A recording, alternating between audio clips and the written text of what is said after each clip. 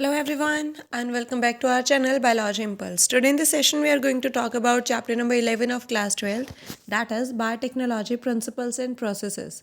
So without wasting any time, let's proceed with our today's session. The very first term that is used here is biotechnology.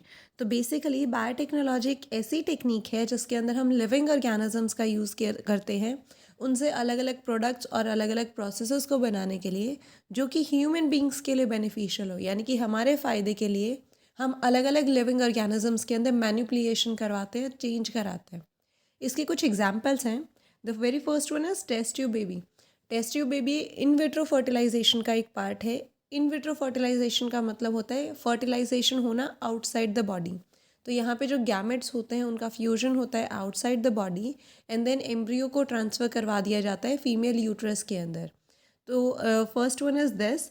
The second one is synthesizing a gene and using it, यानी कि अलग अलग तरीके की jeans को बनाना और then उनको अलग अलग चीज़ों के लिए यूज़ करना.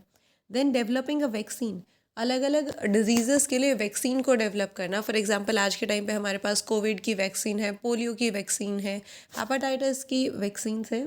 तो अलग अलग जो वैक्सीन्स हम डेवलप करते हैं वो भी एक बायोटेक का पार्ट है.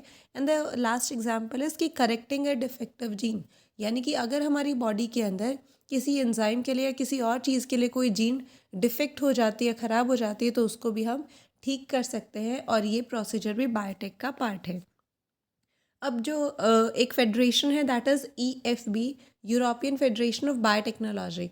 तो इन्होंने बायोटेक की एक स्टैंडर्ड डेफिनेशन दी है एंड ये इंपॉर्टेंट भी है एग्जाम पॉइंट ऑफ व्यू से. 1 मार्क क्वेश्चन इजीली पूछ लिया जाता है यहाँ से. That it is the integration of natural science and organisms, cells, part there of and the molecular analogues for the product and services. यानी कि जो बायोटेक है वो एक इंटीग्रेशन है नेचुरल साइंस का और ऑर्गेनिजम्स का, जहाँ पे उनकी सेल्स को, उनके पार्ट्स को या अलग अलग चीज़ों को यूज़ किया जाता है जिनसे अलग अलग तरीके के प्रोडक्ट और जो अलग अलग सर्विसेज हैं उनको यूज़ में लाया जाता है. Next is principles of biotechnology, कि जो बायोटेक है वो कौन कौन से प्रिंसिपल्स पे बेस करती है. The very first one is genetic engineering and the second one is bio process engineering. So हम सबसे पहले बात करेंगे जेनेटिक इंजीनियरिंग के बारे में. ये एक ऐसी टेक्निक होती है जिसके अंदर हम जेनेटिक मटेरियल के अंदर ऑल्टरेशन कर देते हैं, यानी कि हम जेनेटिक मटेरियल के अंदर चेंज लेके आते हैं. जेनेटिक मटेरियल डीएनए भी हो सकता है, आरएनए भी हो सकता है. तो हम क्या करेंगे, उस जेनेटिक मटेरियल यानी उस डीएनए और आरएनए के अंदर इस तरीके से चेंज लेके आएंगे, जो भी हमारा डिज़ायर्ड जीन है उसको डाल देंगे वहाँ पे और देन ऐसे डीएनए को फिर हम होस्ट ऑर्गेनिज्म के अंदर ट्रांसफ़र करा देंगे और जब वो रेप्लिकेट होके साथ में इनकॉर्पोरेट हो जाएगा, इन दैट सिचुएशन वो अपनी अलग से जो फिनोटिपिक कैरेक्टरिस्टिक है उनको शो करेगा होस्ट सेल के अंदर. यानी सिंपल इन शॉर्ट हमने जेनेटिक इंजीनियरिंग के अंदर दो अलग अलग ऑर्गेनिजम्स के डीएनए को कंबाइन किया है. हमने डीएनए मैनिपुलेशन कराया है यहाँ पे. Next one is bio process engineering. It is the maintenance of sterile condition to enable the growth of only the desired microbes or the eukaryotic cells in the large quantities for the manufacture of biotechnological products like the antibiotics, vaccine and enzymes etc. यानी कि हम यहाँ पे sterile condition को maintain रख रहे हैं. Sterile condition का मतलब होता है कि जहाँ पे माइक्रोबियल कंटामिनेशन ना हो, फ्री ऑफ माइक्रोबियल कंटामिनेशन को हम स्टेराइल कंडीशन बोलते हैं. यानी कि जो भी चीज़ हम बना रहे हैं, जो भी प्रोडक्ट हम बना रहे हैं, उसके अंदर सिर्फ और सिर्फ हमारा जो डिज़ायर्ड प्रोडक्ट है सिर्फ वही ग्रो करे. जो अनडिज़ायर्ड प्रोडक्ट है या फिर जो दूसरे माइक्रो ऑर्गेनिजम्स हैं वो हमारे मेन प्रोडक्ट के साथ में ना आए और फिर हम अपने प्रोडक्ट से बहुत ज़्यादा लार्ज क्वांटिटीज़ में जो हमारे अलग अलग प्रोडक्ट्स हैं उनको मैन्युफैक्चर भी कर पाए. फॉर एग्जांपल कोई एंटीबायोटिक है, वैक्सीन है या एंजाइम है, उसको हम लार्ज क्वांटिटीज़ पे मैन्युफैक्चर करवा के कमर्शलाइज भी करवा सकते हैं. Next is how to introduce the alien DNA into the host cell.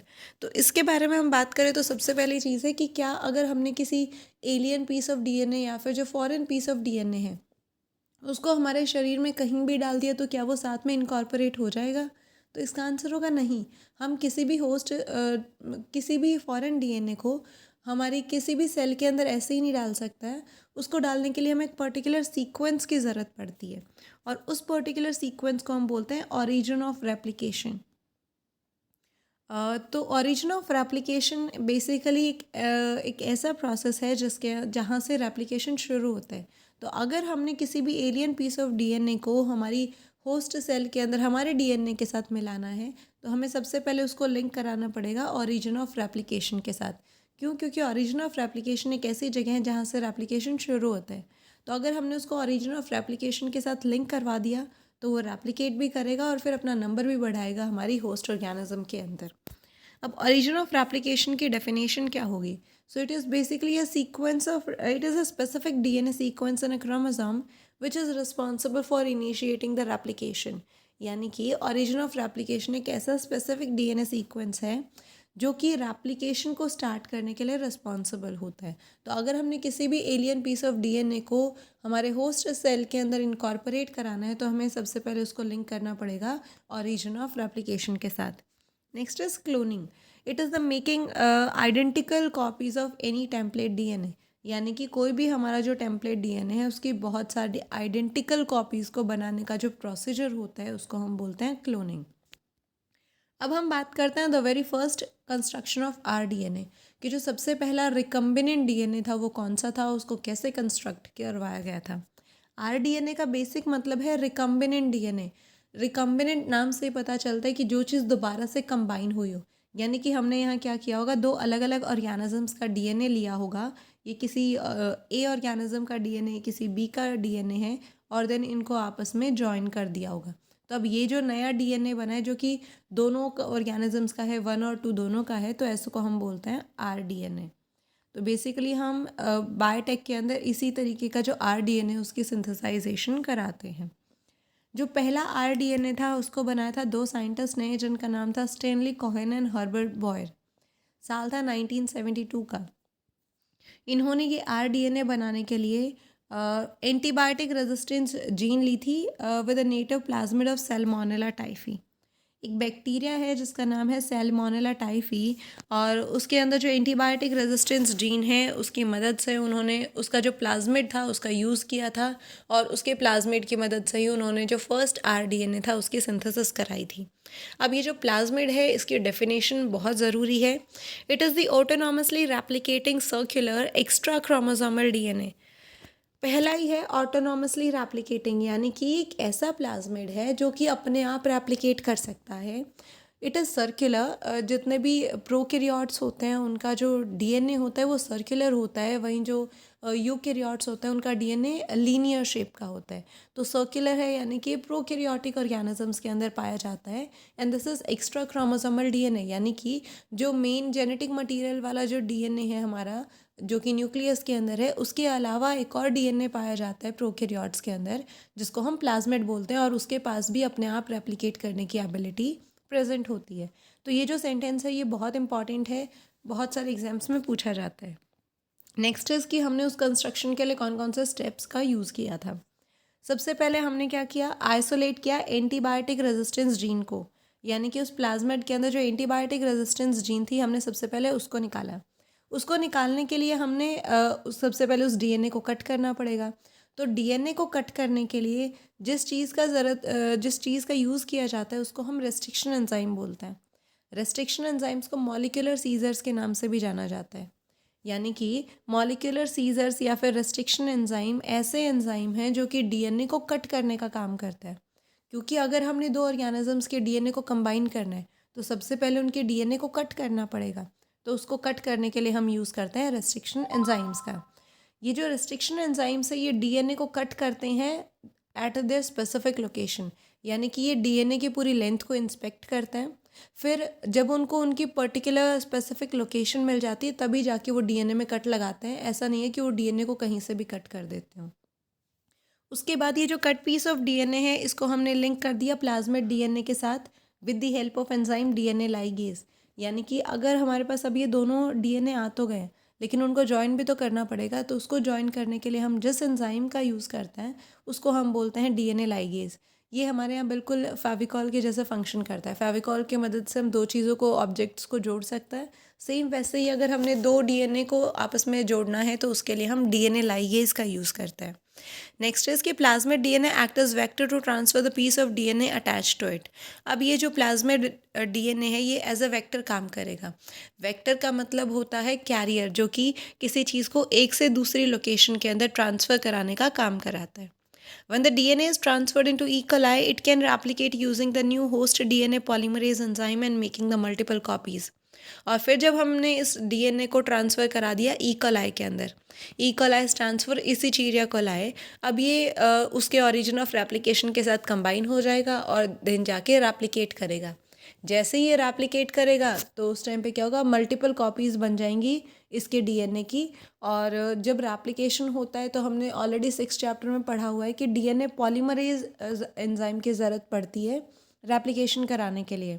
तो डीएनए पॉलीमरेज एंजाइम की मदद से ये रेप्लिकेट करेगा और बहुत सारी अपनी कॉपीज़ बना लेगा।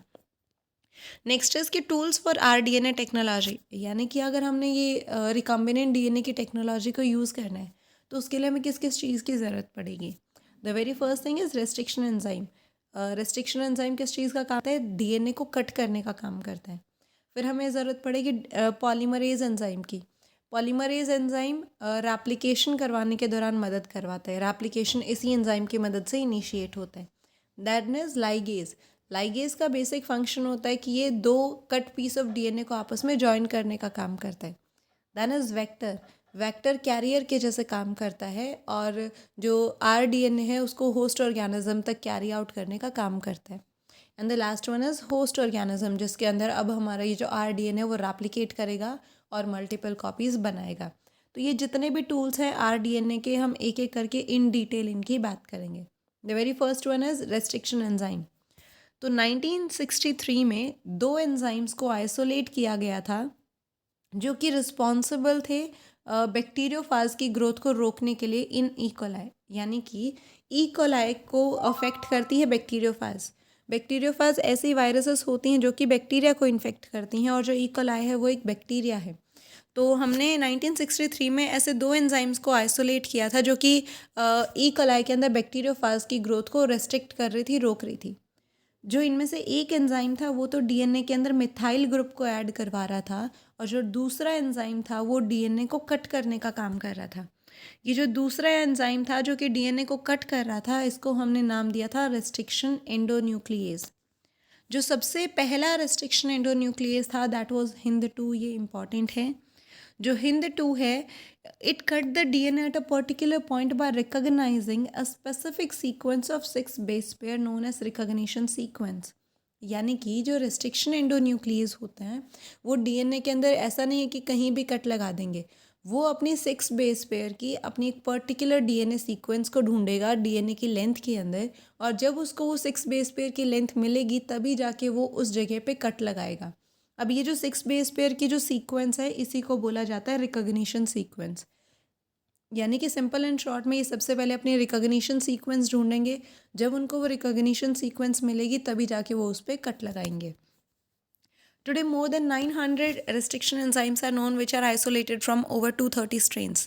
तो आज के टाइम पे लगभग हमारे पास 900 से भी ज़्यादा जो रेस्ट्रिक्शन एंजाइम्स है वो हमने आइसोलेट कर लिए हैं, जो कि हमने अलग अलग 230 स्ट्रेन से आइसोलेट किए हैं। अब ये जो हमने रेस्ट्रिक्शन एंजाइम्स का नोमेनक्लेचर है, यानी जो नेमिंग दिया है वो किस बेसिस पे दिया है उसकी बात करते हैं। तो इसके अंदर जो सबसे पहला वर्ड होता है वो रिप्रेजेंट करता है जीनस को, और जो सेकंड लेटर है वो रिप्रेजेंट करता है स्पीशी को। ऐसे वो स्पीशीज़ जिससे उस एंजाइम को आइसोलेट किया गया है। इसको एग्जाम्पल की मदद से समझते हैं। Example is EcoR1। ये एक तरीके का रेस्ट्रिक्शन एंडोन्यूक्लियस है जो कि इसिचीरिया कोलाई RY13 से लिया गया है।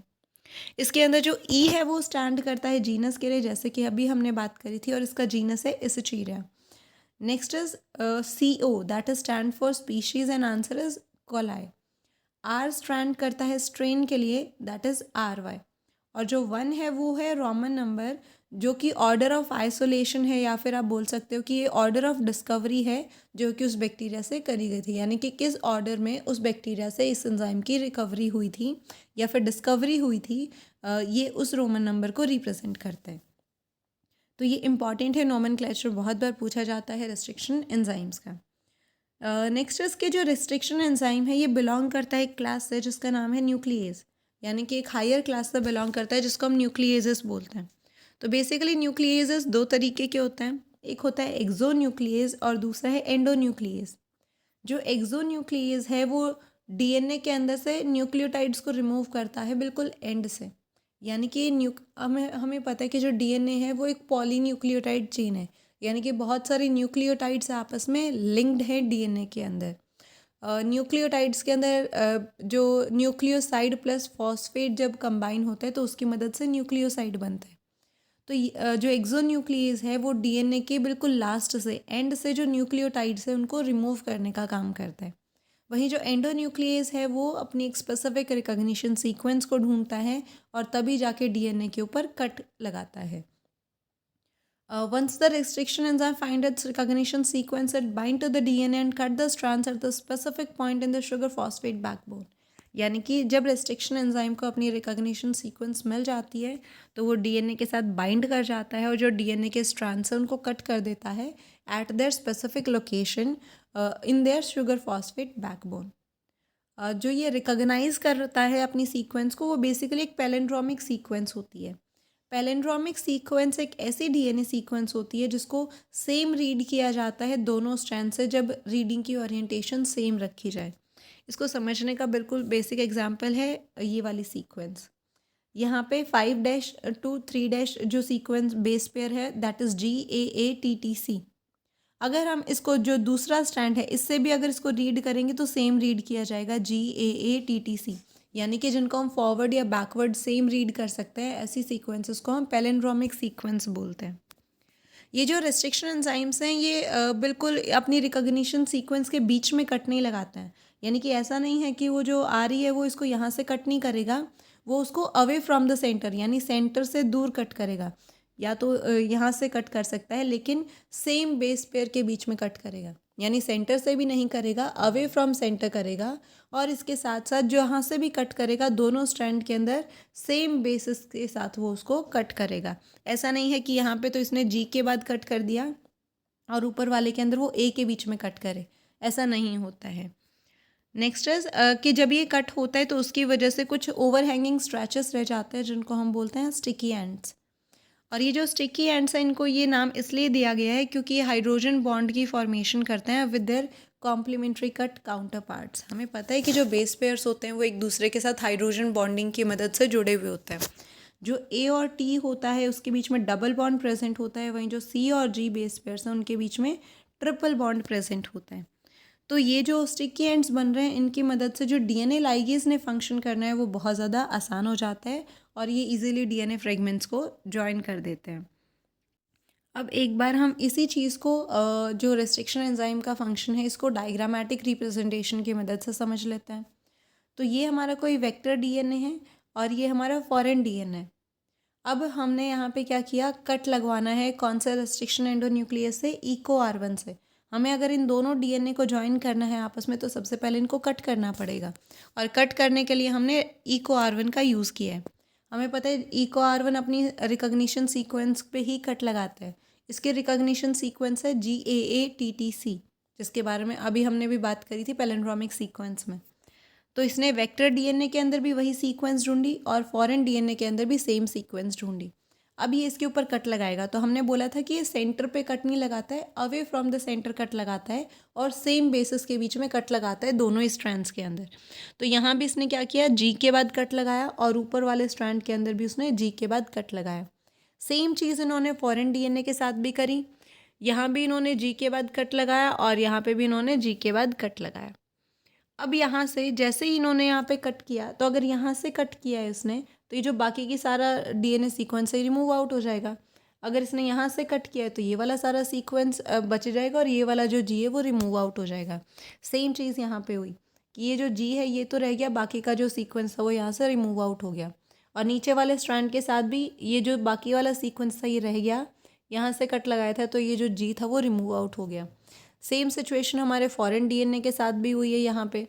और अब क्या होगा, इनको जो दोनों फ्रेगमेंट्स बने हैं डीएनए के इनको जॉइन कर दिया जाएगा डीएनए लाइगेज के साथ और हमारा ये जो नया डीएनए बन जाएगा।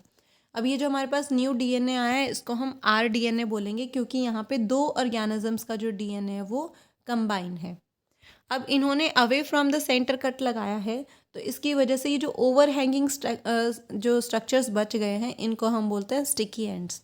तो यानी कि हमेशा ये जो कटिंग होगी, चाहे वो वेक्टर डीएनए कट हो रहा हो, चाहे वो फॉरेन डीएनए कट हो रहा हो, पहली चीज़ तो ये कि सेम रेस्ट्रिक्शन एंडोन्यूक्लियस की मदद से कट होंगे, और ये सेंटर पे कट नहीं लगाएगा अपनी रिकॉग्निशन सीक्वेंस में, away from the centre cut लगाएगा, और जो सेम बेसेस हैं उनके बीच में कट लगाएगा, जिसकी वजह से स्टिकी एंड्स बनेंगे, और उसकी मदद से ही जो डीएनए लाइगेज है वो बहुत इजीली अपना जो लाइगेशन का काम है, जॉइनिंग का काम है, वो कर पाएगा, और उनकी मदद से जो नया डीएनए बन जाएगा उसको हम आरडीएनए बोलेंगे।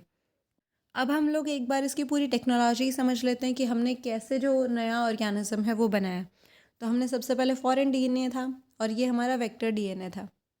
अब इस फॉरेन डीएनए के अंदर हम क्या करेंगे, कट लगा देंगे रेस्ट्रिक्शन एंडोन्यूक्लियस की मदद से। जैसे ही हमने इनके अंदर कट लगाया तो इसके अलग अलग फ्रेगमेंट्स बन गए।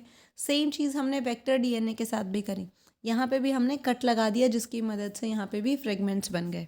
अब इन दोनों फ्रेगमेंट्स को हम with the help of DNA ligase आपस में ज्वाइन कर देंगे। हमने इसका ये वाला फ्रेगमेंट उठा लिया, यहाँ पे ये जगह खाली थी, तो अब यहाँ पे जो नया डीएनए बन गया है दैट इज़ आरडीएनए। इसको हम भेज देंगे अपने होस्ट ऑर्गेनिज्म के अंदर, दैट इज़ ई कोलाई। यानी कि हमने इसको भेज दिया ई कोलाई के अंदर। ई कोलाई के अंदर भी हमने इसको ओरिजिन ऑफ रेप्लिकेशन के साथ कंबाइन करवाया, जिसकी मदद से इसके अंदर रेप्लिकेशन हुआ। रेप्लिकेशन के बाद जब ये ई कोलाई डिवाइड करके नई कॉपीज़ बनाएगी, तो उन सारी कॉपीज़ के अंदर जो नया आरडीएनए है वही इनकॉर्पोरेट होने वाला है। Now we will talk about separation isolation of DNA fragments, कि हमने रेस्ट्रिक्शन एंडोन्यूक्लियस की मदद से जो फ्रेगमेंट्स थे उनको कट तो कर दिया, लेकिन उनको सेपरेट कैसे करेंगे। अगर हम आरी की मदद से कट करते हैं तो बहुत सारे फ्रेगमेंट्स बन जाएंगे, तो उनको हम कैसे सेपरेट करेंगे एक दूसरे से, और कैसे उनको आइसोलेट करेंगे, इसके लिए एक नई टेक्निक का यूज़ किया जाता है जिसको बोला जाता है जेल इलेक्ट्रोफोरेसिस। ये इंपॉर्टेंट है, बहुत बार क्वेश्चंस पूछे जाते हैं इससे। It is a technique of separation of DNA fragments on the basis of their size. यानी कि एक ऐसी टेक्निक है जिसके अंदर डीएनए फ्रेगमेंट्स को सेपरेट किया जाता है, अलग अलग किया जाता है, किस चीज़ के बेसिस पे, उनके साइज़ के हिसाब से उनको सेपरेट किया जाएगा। हमें पता है कि जो डीएनए है वो नेगेटिवली चार्ज मॉलिक्यूल है। नेगेटिवली चार्ज मॉलिक्यूल क्यों है? Due to the presence of phosphate, कि डीएनए के अंदर फॉस्फेट प्रेजेंट होता है, जिसकी वजह से उसके ऊपर नेगेटिव चार्ज आता है। तो अब चूंकि ये जो डीएनए है वो नेगेटिवली चार्ज मॉलिक्यूल है, तो हम क्या करेंगे, यहाँ पे जेल इलेक्ट्रोफोरेसिस के अंदर एक मैट्रिक्स का यूज़ किया जाता है। Matrix is agarose. तो एगारोज को डाल के फिर उसके अंदर हम डीएनए फ्रेगमेंट्स डालेंगे, और फिर उसके अंदर से इलेक्ट्रिक करंट को पास करवाएंगे। तो जब ये इलेक्ट्रिक करंट पास होता है तो उसकी वजह से चूँकि हमारा डीएनए नेगेटिवली चार्ज मॉलिक्यूल है, तो वो एनोड की तरफ मूव करेगा। एनोड और कैथोड दो एंड होते हैं। कैथोड के ऊपर चार्ज होता है नेगेटिव, और एनोड के ऊपर होता है पॉजिटिव। तो हमें पता है कि नेगेटिव और पॉजिटिव हमेशा एक दूसरे को अट्रैक्ट करते हैं। तो चूंकि डीएनए नेगेटिवली चार्ज है तो वो पॉजिटिव चार्ज वाले एंड की तरफ जाएगा, और पॉजिटिव एंड कौन सा है? एनोड वाला। तो इलेक्ट्रिक चार्ज के अंदर वो एनोड की तरफ मूव करेंगे हमारे जो डीएनए फ्रेगमेंट्स हैं वो।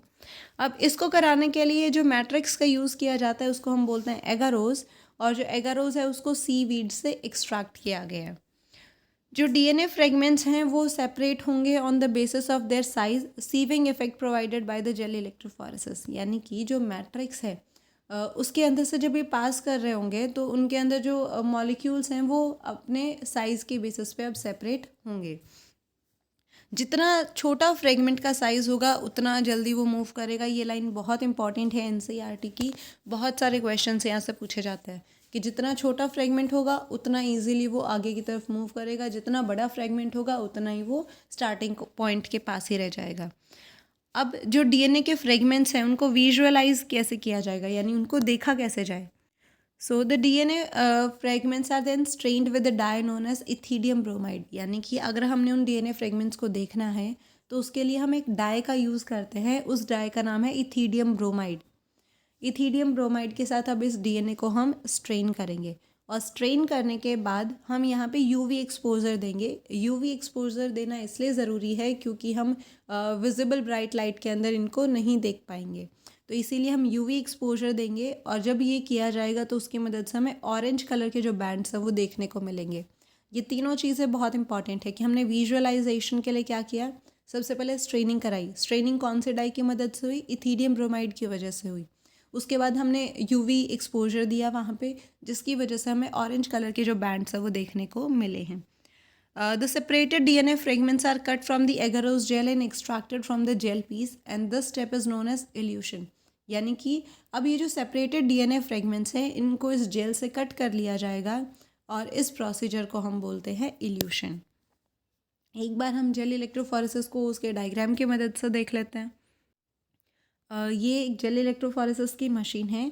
ये वेल्स हैं जिसके अंदर से की मदद से हम जो डीएनए फ्रेगमेंट्स हैं उनको इस मशीन के अंदर डालने वाले हैं। ये पूरा मैट्रिक्स है। इस मैट्रिक्स के अंदर हम यूज़ किया है हमने एगारोज, यानी कि हमने सबसे पहले इसके अंदर एगारोज डाला है। एगारोज के बाद हमने इन वेल की मदद से जो डीएनए फ्रेगमेंट्स हैं उनको डाला और यहाँ से फिर इलेक्ट्रिक करंट पास करवाया इस मशीन से। अब जब यहाँ पे इलेक्ट्रिक करंट पास होगा तो उसकी वजह से जो डीएनए फ्रेगमेंट्स है ये मूव करने लगेंगे under the effect of electric field. जितना छोटा साइज़ होगा डीएनए का उतना ही वो नीचे की तरफ जाएगा, जितना बड़ा साइज़ होगा उतना ही वो वेल के पास में रह जाएगा। यही पूरा प्रोसीजर होता है जेल इलेक्ट्रोफोरेसिस का। अब इन टॉपिक से रिलेटेड जो MCQs है एक बार हम उनकी बात कर लेते हैं। The very first question is, the DNA molecule to which the gene of interest is integrated for cloning is called। यानी कि जो DNA मॉलिक्यूल है, जो हमारे जीन ऑफ इंटरेस्ट का जो DNA है उसको कहाँ पे इंटीग्रेट किया जाएगा क्लोनिंग के लिए?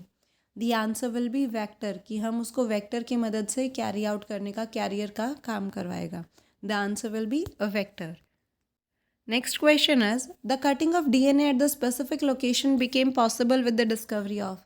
कि जो हमने DNA फ्रेगमेंट्स को कट किया है स्पेसिफिक लोकेशन के लिए, ये जो कटिंग थी वो किस चीज़ की मदद से ही पॉसिबल हो पाई है?